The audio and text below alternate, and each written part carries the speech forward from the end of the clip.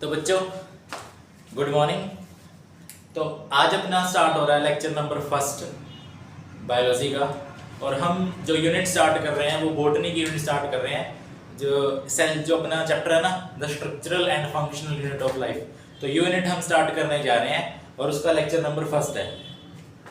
तो जो first topic होगा वो होगा अपना ancient view of cell. Ancient view of cell. Ancient view का मतलब क्या है?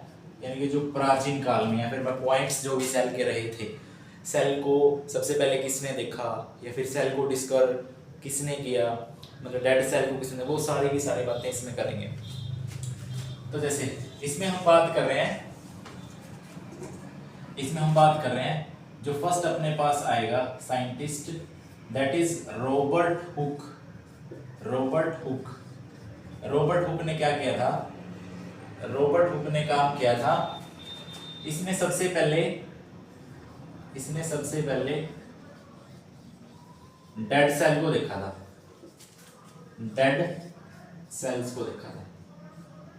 डेड सेल्स को, ठीक है। इसके अंदर इसने प्लांट का एक टिश्यू लिया था, दैट इज कोर्क, और उस कोर्क के अंदर इसने डेड सेल को क्या किया था? ऑब्जर्व किया था। जैसे सपोज किया, कुछ मैं ऐसे बना रहा हूँ, कुछ जो स्ट्रक्चर ऑफ टिश्यू है वो कुछ ऐसा बना दिया मैंने, लाइक दैट। तो उसमें जो सबसे पहले नाम दिया था दैट इज सेलुला उसने नाम दिया था। और कोर्क के अंदर उसने डेड सेल को क्या देखा था? डिस्कवर किया था। तो रॉबर्ट हुक का सबसे पहले नाम आता है। उसके बाद सेकंड नंबर पे जो नाम आता है दैट इज एंटोन वॉन लोवेनहुक। इस साइंटिस्ट का नाम आता है सेकंड पे। इसने क्या किया था? देखो, रॉबर्ट हुक ने तो डेड सेल को डिस्कवर किया था, लेकिन जो एंटोन वॉन लोवेनहुक है, इसने सबसे पहले लाइव सेल को डिस्कवर किया था। लाइव सेल को सबसे पहले, या फिर इसने सबसे पहले लाइव सेल को डिस्कवर किया था, एंटोन वॉन लोवेनहुक ने। उसके बाद जो थर्ड पे साइंटिस्ट आया था, थर्ड पे कौन सा साइंटिस्ट? अब हम बात कर रहे हैं रॉबर्ट ब्राउन की। रॉबर्ट ब्राउन ने क्या किया था? इसने डिस्कवर किया था, किसको? न्यूक्लियस को डिस्कवर किया था। इसने डिस्कवर किया था न्यूक्लियस को। तो तीन साइंटिस्ट तो ये। उसके बाद जो साइंटिस्ट है, मतलब किस साइंटिस्ट का इसके अंदर जो रोल रहा है, ये एंशिएंट व्यू है। इसमें से एक क्वेश्चन कई बार पूछ लेते हैं, और नीट के अंदर तो पूछा भी जाता है एक क्वेश्चन इसमें से, कैसे भी बना सकते हैं, वो क्वेश्चन भी देख लेंगे। उसके बाद जो फोर्थ वाला साइंटिस्ट है, फोर्थ की अगर हम बात करें, फोर्थ पे हम ले आते हैं जेई पुरकंजी को। अब इस साइंटिस्ट ने क्या किया था? इसने एक टर्म डिफाइन की थी, दैट इज प्रोटोप्लास्ट। इसने प्रोटोप्लास्ट टर्म डिफाइन करी थी, ठीक है। इसी को हम क्या कर रहे हैं, जैसे यहीं से हम एक वर्ड पढ़ेंगे दैट इज प्रोटोप्लाज्म। प्रोटोप्लाज्म किससे मिलके बनता है? साइटोप्लाज्म प्लस न्यूक्लियस, इन दोनों से मिलके बनता है अपना प्रोटोप्लाज्म। तो जो प्रोटोप्लास्ट टर्म है वो किसने दी थी? जेई पुरकंजी ने। उसके बाद फिफ्थ पे आया था जो अपने दो साइंटिस्ट आए थे अपने, एक तो था एम शेरिडन, एंड दूसरा था थियोडर श्वान। मैंने जस्ट इनके सरनेम लिखे हैं, जिनके नाम से इनको जाना जाता है।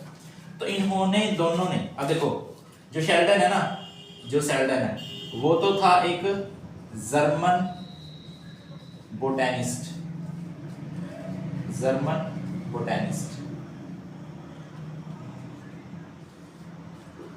German botanist. और जो श्वान था वो था एक इंग्लिश जूलॉजिस्ट, इंग्लिश जूलॉजिस्ट। अब जो बोटैनिस्ट था वो तो ऑब्वियस सी बात है प्लांट के बारे में बताएगा। जो एनिमल या सॉरी जो श्वान था उसने वो जूलॉजिस्ट था तो वो एनिमल के बारे में बताएगा। तो इनकी कुछ सिमिलरिटीज क्या आई, इन दोनों की कुछ सिमिलरिटीज आई थी। और वो सिमिलरिटीज क्या है कि all organisms are made up of, all organisms are made up of cells and product of cells। जो ऑर्गेनिजम्स है वो सेल्स या प्रोडक्ट ऑफ सेल से मिलके बने होते हैं। दूसरा, जो जर्मन बोटैनिस्ट है उसने क्या दी थी, उसने बोला था कि जो सेल मेम्ब्रेन है उसके सराउंडिंग, जो सेल मेम्ब्रेन है उसके सराउंडिंग या फिर उसके चारों तरफ भी एक लेयर होती है जिसको नाम दिया था सेल वॉल। और सेल वॉल क्या है, एक यूनिक कैरेक्टर है, एक यूनिक कैरेक्टर है किसका, प्लांट सेल का। ये एक यूनिक कैरेक्टर है किसका, प्लांट सेल का। ठीक है। और सेल मेम्ब्रेन यानी कि जूलॉजिस्ट है, इसने बोला था सेल मेम्ब्रेन का या फिर प्लाज्मा मेम्ब्रेन का। और प्लाज्मा मेम्ब्रेन है जो हमें पता है कि वो सिलेक्टिवली परमेबल होती है, यानी कि इसको हम आगे चैप्टर में पढ़ेंगे भी अच्छे से। तो इन दोनों ने मिलके, शेल्डन एंड श्वान दोनों ने मिलके क्या दी थी, सेल थ्योरी दी थी। इन दोनों ने मिलके सेल थ्योरी दी थी। ठीक है, ये चीजें पर नोट कर लेना। उसके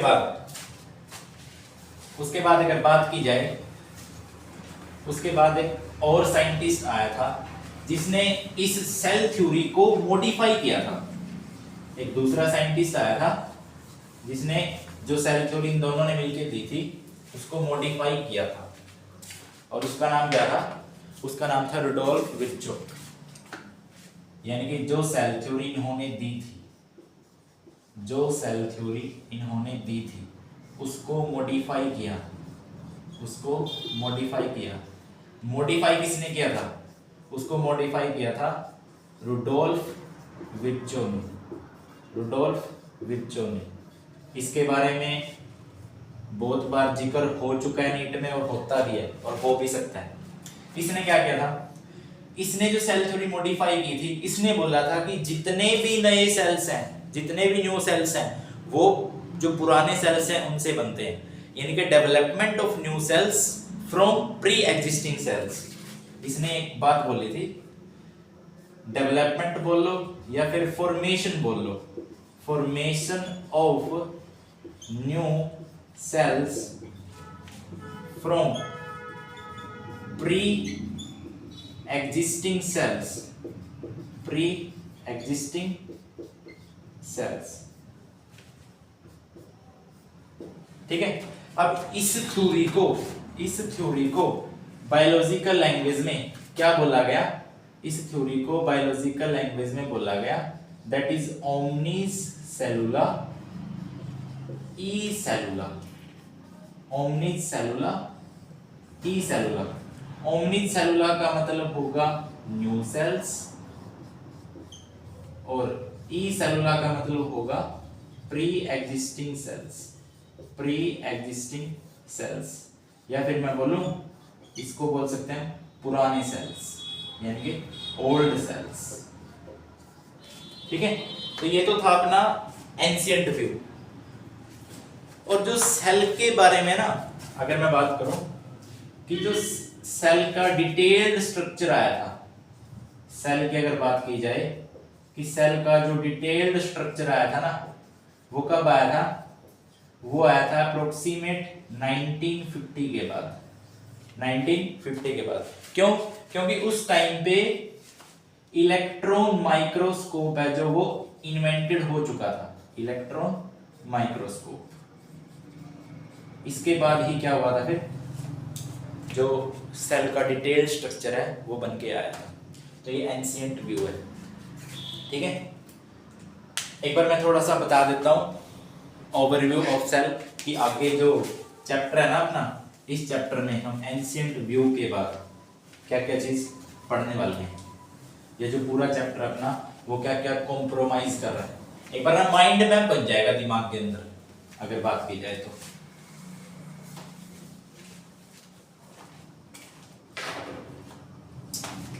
तो यहां पे बना भी सकते हैं mind map of cell. Mind map किसका बनाना है? सेल। अब मैं यहाँ पे बता रहा हूँ सेल। अब सेल में हमने पढ़ना क्या क्या है? सबसे पहले हम क्या पढ़ रहे हैं, किसके बारे में पढ़ रहे हैं? सबसे पहले हमने पढ़ा एंशिएंट व्यू, यानी कि डिस्कवरी के बारे में, एंशिएंट व्यू के बारे में, एंशिएंट व्यू ऑफ सेल। उसके बाद हम पढ़ेंगे shape and size of cell, shape and size of cell. उसके बाद हम पढ़ेंगे सेल मेम्ब्रेन, उसके बाद हम पढ़ेंगे सेल मेम्ब्रेन या फिर इसी को बोला जाता है प्लाज्मा मेम्ब्रेन। उसके बाद हम पढ़ने वाले हैं सेल वॉल के बारे में। फिर उसके बाद हम पढ़ने वाले हैं एंडो मेम्ब्रेन सिस्टम के बारे में, एंडो मेम्ब्रेन सिस्टम के बारे में। एंडो मेम्ब्रेन सिस्टम में क्या आता है? टोटल 4 ऑर्गेनेलीज आती हैं अपनी। कौन सी आएंगी?